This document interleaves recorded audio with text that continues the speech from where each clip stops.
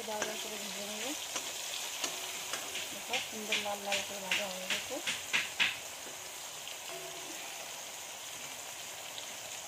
খুব সুন্দর ভাজা হয়েছে লাল করে।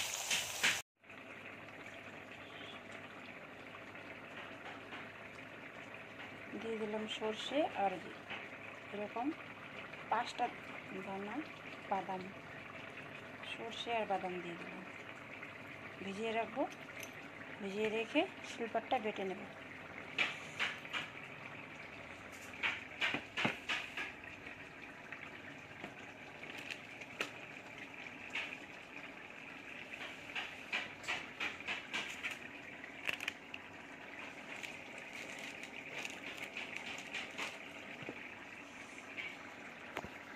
সর্ষে আর 4-5টা কাজু বাদাম একসাথে ভিজিয়ে রাখলাম, শিলপাটায় বেটে নেব।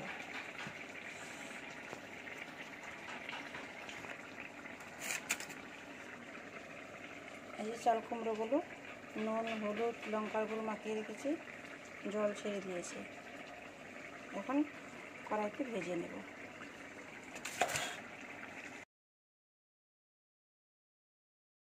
দিয়ে দিলাম একটা পেঁয়াজ আর 4টা কাঁচা লঙ্কা, হালকা নুন দিয়ে মিক্সার গ্রাইন্ডারে পিষে নিলাম। ভাজাগুলো নামিয়ে নিলাম। ভাজাগুলো নামিয়ে নেওয়ার পরে ওই তেলে এই সর্ষে বাটাটা দিয়ে দেব।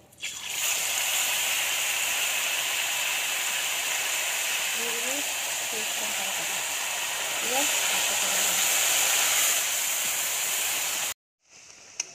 পেঁয়াজ আর কাঁচা লঙ্কার বাটা সর্ষে বাটাটা একসাথে মিশিয়ে দিয়ে কাঁচা গন্ধটা চলে গেছে,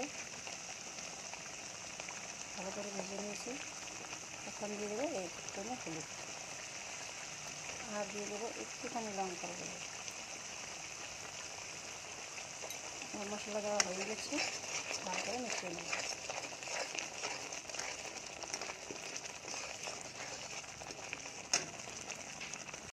মশলাটা একটু ভাজতে ভাজতে কমে এসেছে। এখন এখানে দিয়ে দেবো পরিমাণ মতো লবণ।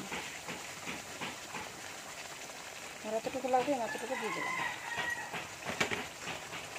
আর দিয়ে দেবো সামান্য চিনি,